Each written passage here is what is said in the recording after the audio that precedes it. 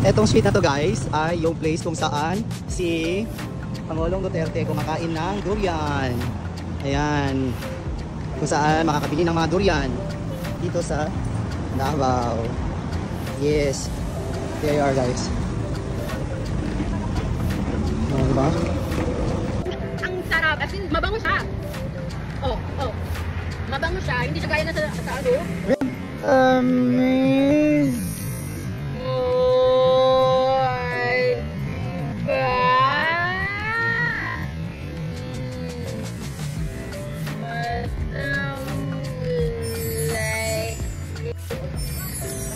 It's better than the musang and the Hindi ako kumakain dati ng ganito pero masarap. Hindi siya mabaho. Pero masarap. Okay guys, first time kong titikim ng durian dito sa Davao. Hindi ako kumakain ito pero dahil malapit ng Davao, lalo na si Pangulong Duterte, pipilitin. Dito siya kumakain. Ay, sarap. Napaka-creamy niya. Anong tawag dito? Durian. Ang saka hindi mabaho. Walang DDD, walang K, walang... Ang tamis. Oh my god. Ito, hiwain pa to, right? Hindi, hiwain mo. Hindi.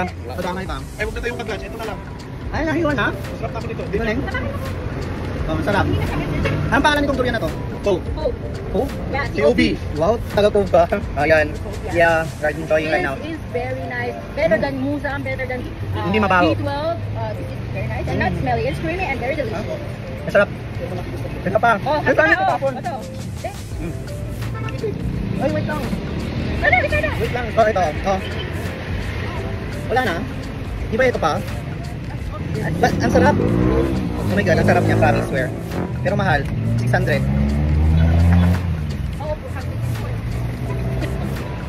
Ang sarap. 3% ko talaga promise. This is apple juice. Hindi siya mabaho. Ba't yung mga naamin ko sa No, pan? the Malaysian durian is different. It's very nice. Oh my god. It's creamy, this is yummy, and the smell is fragrant. Not that one that very okay. Hindi ito babaho yung hininga ko ah. Smell? Very strong. Masarap.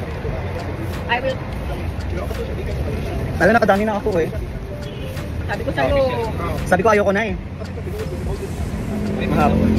Sa inyo guys, sa mga hindi kumakain ng durian, sa inyo kumain ng durian dito, na-brand ng durian is Coke daw. Coke ang pangalan niya. Hindi ganun kalakas yung amoy at saka napaka-creamy.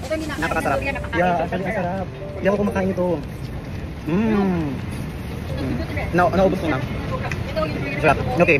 Enjoy ko muna guys. Thank you for watching. See you to my next uploaded videos. Okay guys, based kay kuya na nagbebenta dito. Pag kumain ka daw ng durian, bawal kang uminom ng alak. Dapat daw, lalo na kapag may hypertension ka at mataas yung BP mo. Bawal ang milk, bawal ang Coke, only water. And then, hintayin mong lumamig muna. Hintayin mong lumamig muna yung panahon bago ka uminom ng alak ng gabi para malamig yung climate. Okay? Yun o. Tips yun. Ayan o. Tapos, bagay daw yung durian sa may pomelo. Hindi ko alam kung bakit. Pero this is my first time ever. Pero ang sarap. Oh, ganun ba yun? Okay. I-try ko siyang may pomelo tapos yung durian. Ang sarap. Guys, sobrang sarap ng pomelo. Pagkatapos ng kumain ng durian, kung kakain ka ng pomelo pero per kilo din yung pomelo nila. Ang sarap. And then look, at dahil masarap, may take out kami isa. Oh my god. Look. Hindi siya mabaho, promise. Hindi siya yung ganun kalakas. Tingnan mo nga na nasasakyan kami. Oh. Try nyo lang guys. Yung mga hindi kumakain, try nyo lang. Walang masarap. Thank you for watching. Please don't forget to subscribe, like, and share my videos. Top up on food troubles. Woot woot woot woot woot. See you to my next uploaded videos. Thanks.